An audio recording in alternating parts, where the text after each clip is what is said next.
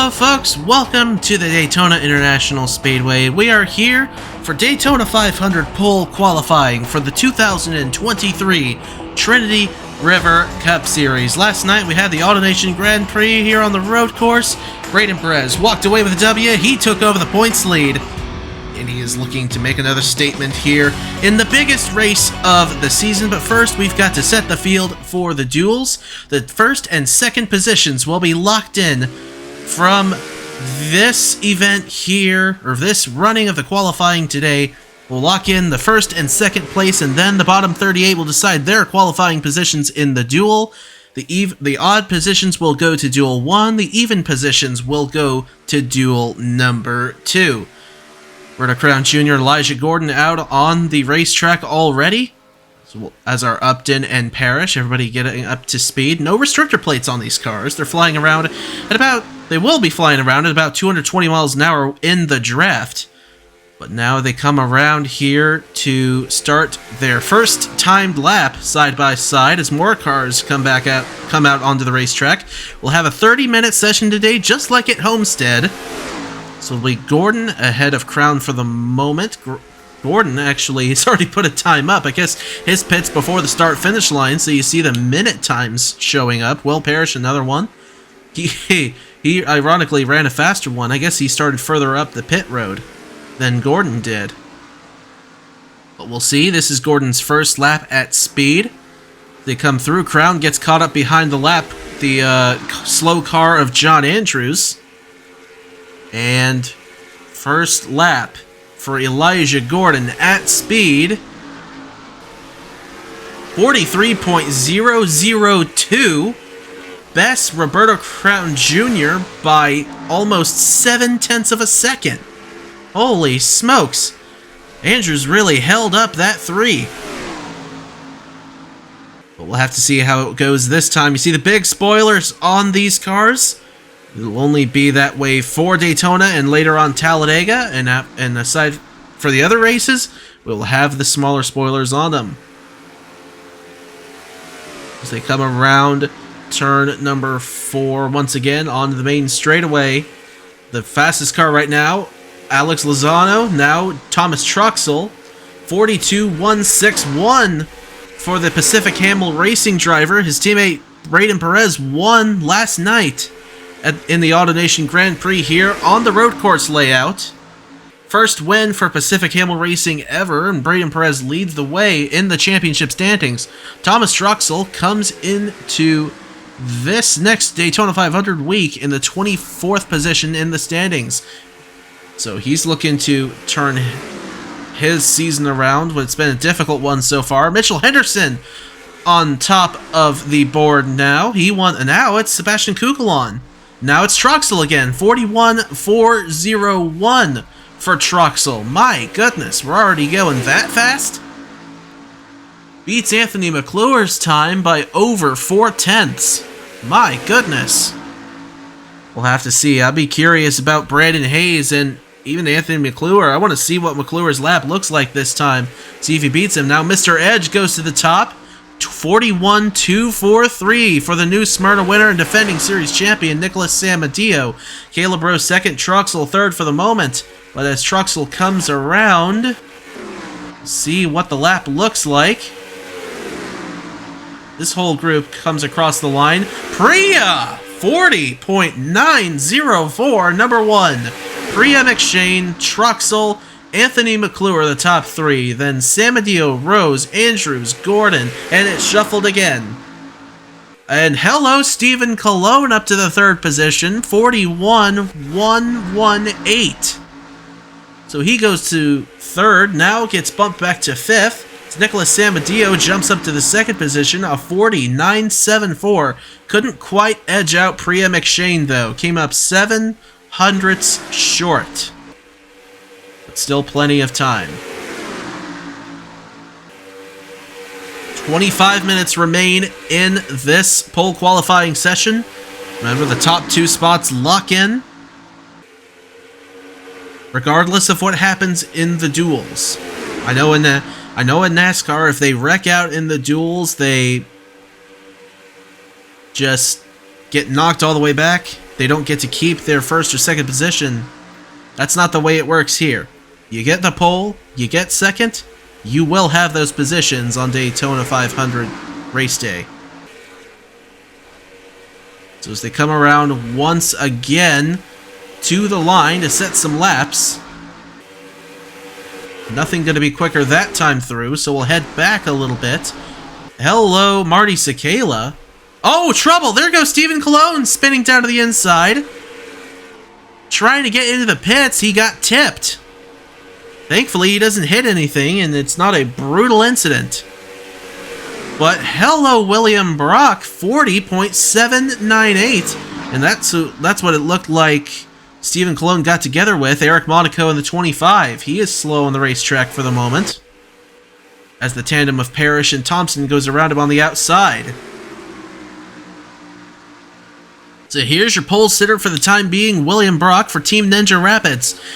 He's got Scott Upton right behind him, teammate in the 78, as Marty Sakala is going to go ahead and come into the pits. Going around this time, see what the lap looks like for William Brock, 41.288. It's nowhere close to beating the 40.79. Still plenty of time in the session, and obviously some drivers are already coming down into the pits to make adjustments to try to get a better lap time before the session comes to an end. That's how we saw Mitchell Henderson get the pole position at Homestead Miami Speedway when we had the qualifying session for the Florida 500. I want to talk about this man, Jacob Thibodeau, real quick. Thibodeau has had a pretty rough start to the season. Had a pretty rough start to the season for Homestead and New Smyrna, but finished in the top 10 last night at the Daytona Road Course as his teammate Braden Perez went on to win the race. He finished 7th and moved up to the 20th position in the standings. That was his first top 10 of the season. So Jacob Thibodeau, the man who flew the banner high for Pacific Camel Racing, looking to find his footing again here in 2023 after a difficult start to the season. He's 13th on the grid right now. We'll see how he does the rest of this session. Paul-Antoine Serre gets around Nicolas Samadillo. See if that holds him up at all. He looks like he's really fast right now, but they are 3 wide just behind this trio, Serre, Samadillo, and Zidell. We'll see what the laps look like this time through for Paul-Antoine Serre.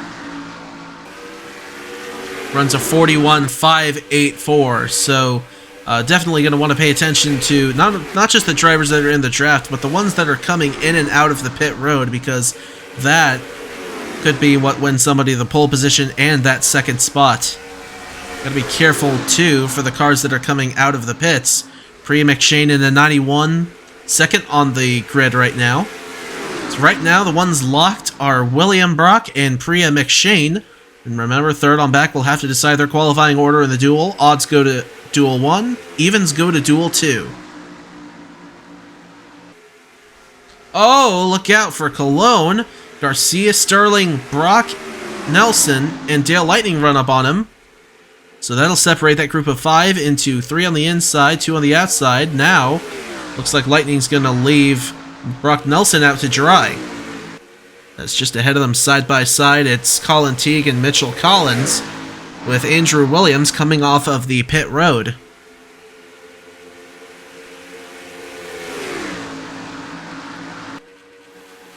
Just a little over 20 minutes remaining in this session here at the Daytona International Speedway. Is William Brock still atop the chart for the moment? But there is a 7-car group right here, 3 wide at the front of it. Kyle McLeese, Caleb Rose, Eric Monaco, Justin Zidell, Nicolas Samadillo, Jacob Thibodeau, and Paul-Antoine Serre all in this group. 7 cars is faster than 2. Right ahead of them is 2, Keegan Thompson and Will Parrish. They've been together in a tandem for a while now. But the bigger pack tends to be faster, but the tires have worn out. We'll see if anybody does decide to come into the pits this time through. Doesn't look like it. So we'll see what the lap time looks like here for Kyle McLeese. 41.186. That's his best so far, and that will put McLeese into 13th. the 19th position for the time being. Good lap there for McLeese. Caleb Rose, 12th overall right now. Sears, 14th. Zidell is 21st. Eric Monaco, at the moment, is qualified in the 19th position, as looks like McLeese has been bumped back to 20th, as they're shuffling the order around in the middle of the field. 19th is now Brad Stover. 18th is Blake Parker. Jacob Thibodeau is 20th. That bumps Monaco and McLeese down to 21st and 22nd, as now this group catches up to the 02 and the 23. See if they try to go inside to try to help. No, they're going to go right to the inside. But Sears going to get down to the inside of McLeese. I don't know if I like that move. That killed Will Parrish's momentum. He is not going to be happy with Paul-Antoine Sear at all, as Thompson goes into the pits. Justin Zidell with the push from Eric Monaco. We'll see what his lap looks like. 40.920. That will put him 11th on the chart. Nicholas Samadio, 6th at the moment, with a 40.901. We're just a little over 18 minutes remaining in this pole qualifying session. The top two, William Brock and Colin Teague, has taken over that second position, as Priya McShane got bumped all the way down to 7th. So right now, those two are locked in, Brock and Colin Teague. Brock with a 40.692. Goodness gracious. What a powder keg of a lap. And then Colin Teague with a 40.703.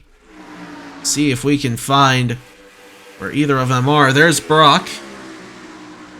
In behind Trey Smith and Chase Harris. And the 97 Colin Teague. There he is, tucked in behind Brock Nelson, Max Sterling, and Ace Garcia.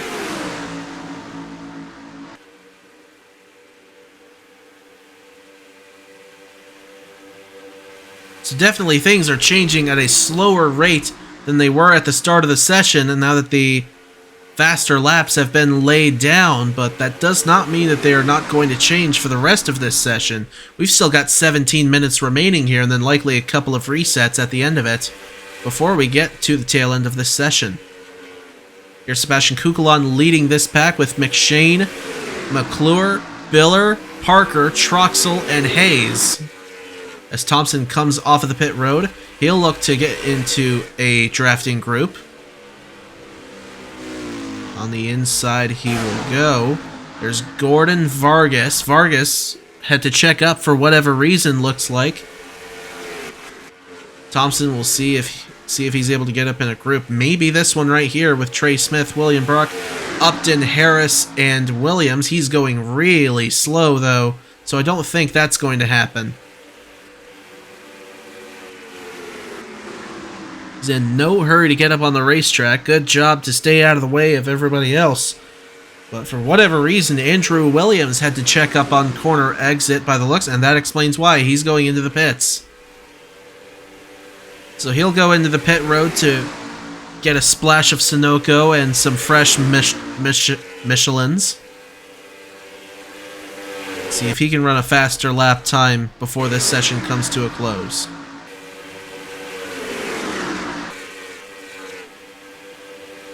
And of course, usually in the past, we've always used the original version of Daytona for the Daytona 500. The Armory Digital... not the Armory Digital, but AutoNation 400 at the June race in 2021 was run on the BBMC version. Well, we wanted something like a newer version of Daytona to match the look of the Daytona road course, since that had the safer barriers on it, and it looked newer. It had the newer stuff on it, and I wanted something to match that for the Daytona 500, and well, thank you, Brennan, for introducing me to the 2017 version of this racetrack. You see, we input the BBMC cam file onto it, edited it a little bit, of course, to fit this racetrack. You kind of had to. But I'm really looking forward to seeing how this race is going to go. It is definitely not going to be like the Daytona 500s of past. Still won't have pit stops. We still won't have restrictor plates. But it is definitely going to be a different dynamic of Daytona Superspeedway racing come Saturday afternoon. Of course, before then, Friday night, the Mac Tools Duel at Daytona. We will set the official field for the Daytona 500. Hope everybody will tune in for that to see where you qualify. And remember, it's a super speedway, so it's kind of a crapshoot. So who knows if the Mac Tools Duel or qualifying actually makes a difference as far as like who's up front by the end of things this go around. Typically it did, I feel like, for the original version of Daytona. But this version, I feel like it's going to be a lot more open. I could be completely wrong about that, but we'll just have to see how it goes. For the time being, Sebastian Kugelon, looking just back up at the standings for the moment, Sebastian Kugelon is the first out from being locked in. It is still William Brock and Colin Teague, but Kugelon ran a 40.727, and now Chase Harris. Holy smokes!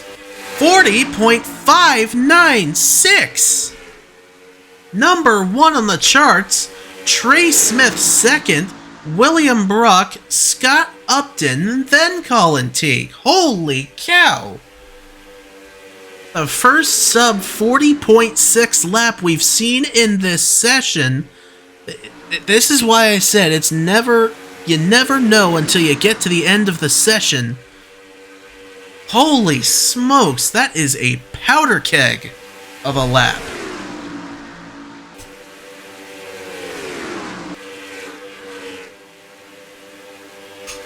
There's Chase Harris, his first season with Monkey Buck Racing, the Diego Vasquez and Chase Buck-owned team. His teammate Chase Buck, co-owner for the team. His majority ownership, Diego Vasquez as the majority. But Chase Harris won at California Speedway last year in the Intuit 400. This is obviously not a track like California Speedway, but we get to California Speedway, the tail end of the West Coast swing. So I know he's looking forward to getting there to try to go back-to-back. Harris coming into this Daytona 500 in the 38th position in the standings. He has 0 top 10s on the season with an average finish of 31st. Ugh. But he is looking to turn it around in a big way, in the biggest way in the Daytona 500, the biggest, brightest jewel in the series. So we are now just under 11.5 minutes remaining here in Daytona 500 pole qualifying. Goodness gracious, we are about to have a massive pack here. This could be a good thing and a bad thing, because you see Kyle McLeese making a move down to the inside of Caleb Rose. I feel like with more cars, you have a better chance of getting around certain drivers. But that might not be a good thing, as you'll get slowed up trying to get a fast lap, as theirs goes... I think that's Mitchell Henderson going down into the pits. Yes, it is. Mitchell Henderson in the 53. So we'll have to see what the lap... Oh, my goodness. Speaking of lap times, Trey Smith and William Brock knocked Chase Harris off the top. A 50.569 for Smith and a 40.57 for William Brock. So a 40.569 for Trey Smith. He and William Brock are now locked in. And Brock and Harris, holy smokes! We've hit the 44s now. 40.47 William Brock, 40.484 Chase Harris. As they are sniffing the draft off the back of the 76 of Elijah Gordon, no doubt. Let's see what kind of speed they're carrying down the back stretch. 226 miles per hour, Chase Harris. He is going super fast coming out of turn number 4. See what this lap time looks like this time through at the line. 40.424. He now moves up to the top again. Holy smokes. Diego, what did you do to your cars? Wow.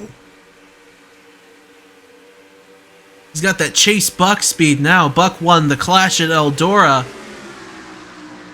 Alejandro Cruz Jr.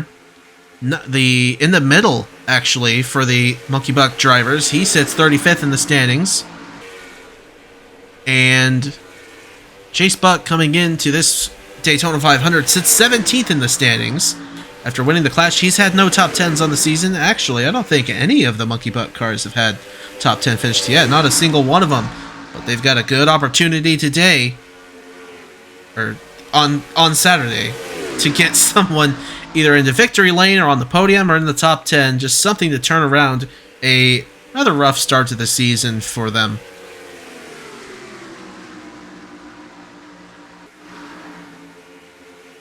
Now under 9 minutes remaining here in Daytona 500 pole qualifying for the 2023 Daytona 500 in the 2023 Trinity River Cup Series. The 20th anniversary year of NR2003. 20th anniversary, of course, was just this last week, February 4th. Was 20 years since the release of NR2003, so I'm still enjoying this. I don't know when I announced, I was hesitant to announce this as the final season. I'm going to be completely real. I wasn't sure if it was going to be the last one or not, but some stuff's going to happen in the future. I'm about to get really, really busy with life, and it just seems right to go ahead and round things off with this. So the 32 race season, I'm looking forward to it. I hope everyone else is too. There's a lot of variety in the track, and I wanted to make sure I had not just variety in tracks, but variety in locations as well. Obviously, you know, we're back at Daytona for the second week in a row, but we ran the road course this last night, and we're going to be on the oval for the Daytona 500, of course, as is always. So I'm looking forward to seeing how this is going to go. I'm looking forward to seeing how this race is going to go, being on the new version. And I haven't done a whole lot of testing with this, but I feel like I've done enough to kind of get an idea of how it's going to work out. But obviously, it's unpredictable when it comes to the actual race day, because equal ratings and such, they're going to be shuffling around like a deck of cards if I had to guess. But we'll just wait and see what happens as we're flying around here at, looks like now under 215 miles per hour for Blake Parker for the time being. He is 24th on the racetrack. He gets around the 24 of Anthony McClure. The line this time, 41.763 actually for Blake Parker. Sebastian Kukulon working his way in behind that 14. Kukulon currently on the board in the 6th position, actually. So he'd move on to duel number 2 if the session ended right now. The ones locked into the Daytona 500 for their positions. Pole time right now, 40.424, Chase Harris. 40.470 for William Brock.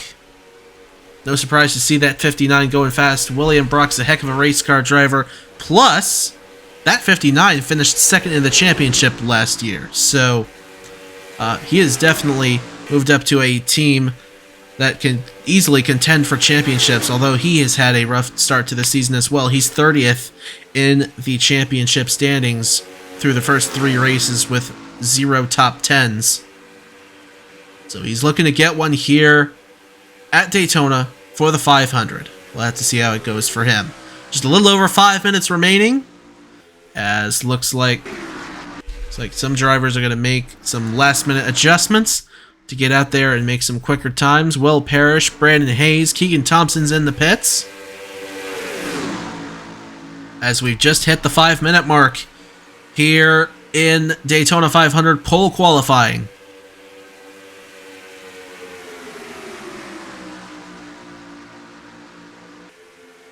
Off into the third and fourth turn. It's Perez, last night's winner, leading this group. The first ever winner in the Trinity River Cup Series for Pacific Hamel Racing. A 3-time Scots National Series winner. Braden Perez sits in the 37th position in qualifying right now, but remember, Super Speedway Racing is a bit of a crapshoot sometimes, so there is a good chance that he'll be able to work his way up to the front from there. We'll just have to see how it goes on Saturday. Here's Sear going to the inside of Perez. We've seen him do that a lot this session. Sear is 12th in the qualifying order right now, but I'd imagine he'd be going a lot quicker if he'd just stay tucked in behind some guys, but oh no, he's done that a whole lot this session. He's obviously got a fast car. There's no ifs, ands, or buts about that. He just ran a 41.127, which is just 0.3 off of his qualifying time. But he's 0.7 off of the pole time, so I imagine, I've just guessed that if you stay in behind somebody, I mean Perez is going to the inside too, so he's not doing himself any favors either. Typically, you'd want to stay singled out to get a good pole time. So, don't quite know what they're doing here. They're not doing themselves any favors. Max Sterling is now on the pit road, making some last-minute adjustments. Keegan Thompson comes off the pit road. William Brock down. Kanan Biller down. Trey Wright is down. Trey Wright, who suffered a heartbreaker last night on the road course, started it on the pole, led the whole first half of the race, and then lost it in the pits to Braden Perez. Heartbreaking stuff for him. Still only one win in his entire Trinity River Cup Series career back at Willow Springs, the second Willow Springs race in 2021. As he comes off of the pit road. 2.5 minutes remain now in this session.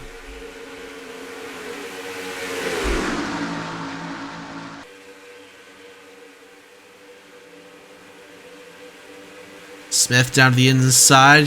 Sakala blocks him off.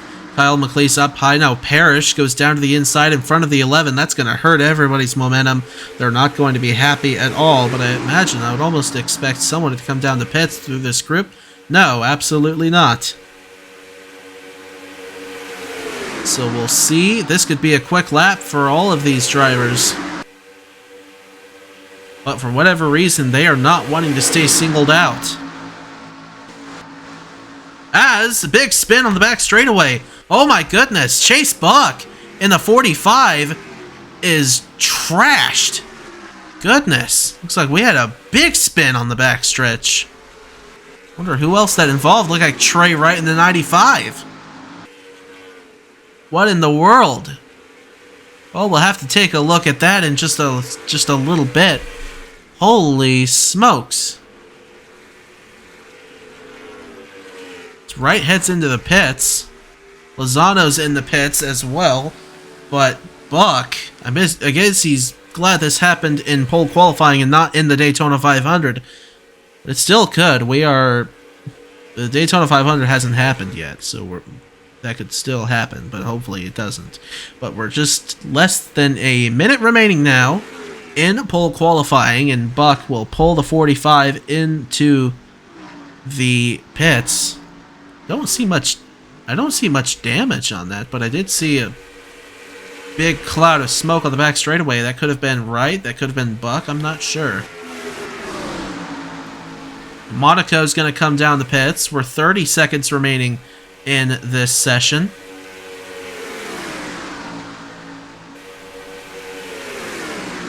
And I think we're going to have a couple of resets too, so these guys will likely have one more good opportunity to get a good quality lap in before it's over. The clock ticks down. 7, 6, 5. We'll see how much time is put on the board for the reset. 40 seconds. Alright. And we might have another reset after that. So you're Probably gonna only have, again, probably only gonna have the one good chance, as now the 17... Is Sterling slow? Or did he just come out the pits? I don't know if he... I think he just had a problem in the tri-oval. Or he could just be slowing down and getting ready to come into the pits this next time through. Don't hear much noise from that 17. So maybe he's got some issues here too at the end of this session, as now we have a 29-second reset, and yes, indeed, they'll only have one chance. Is right now still Chase Harris and William Brock, the top two, locked in their positions for the Daytona 500. Chase Buck getting back out on the racetrack. He's not going to be able to run a lap, as now 10 seconds remain in pole qualifying. The last few drivers going to come around. Last one to make a lap will be Roberto Crown Jr., and nothing is going to knock off Chase Harris and William Brock from the top of the chart. They are locked in first and second for the Daytona 500, and everyone else, look at where you are, because odds go to duel number 1 Friday night, and evens go to duel number 2 on Friday night. The slowest time, 41.302, with Chase Buck. Unfortunately, it looked like he was caught up in something on the back straightaway. But, goodness gracious. Heck of a session here at Daytona. And real quick, before we finish up here, let's go back and take a look at what happened to Chase Buck and potentially Trey Wright on the back straightaway. So as they round turn number 2, Lozano goes to the inside of Cruz, is going to turn the 46 around, and then along comes Buck, runs into the back of the 57. Looks like Caleb Rose gets some damage as well, and then along comes Trey Wright in the 95, trying to slow up, and just runs into the side of Chase Buck. And that's where all the damage on the 95 came from, but what started the smoking of the 45? I guess it was that hit that started the 45 smoking. Goodness gracious. So a wild incident on the back straightaway in qualifying of all times, but goodness gracious. Let's head back to the results one more time here before we round stuff off. And we'll have one more look here. Chase Harris, William Brock locked in to the pole and second position. They've locked up the front row. And so third on back. The only things up for grabs in the duels on Friday night. The top two locked in regardless of what happens. This is not NASCAR. You don't lose out on your spot. So 38 positions left to be shuffled at the Mac Tools Duel on Friday night. Hope to see you then. Congratulations one more time to Chase Harris and William Brock for the front row lockout. We'll see you later. Y'all have a good one.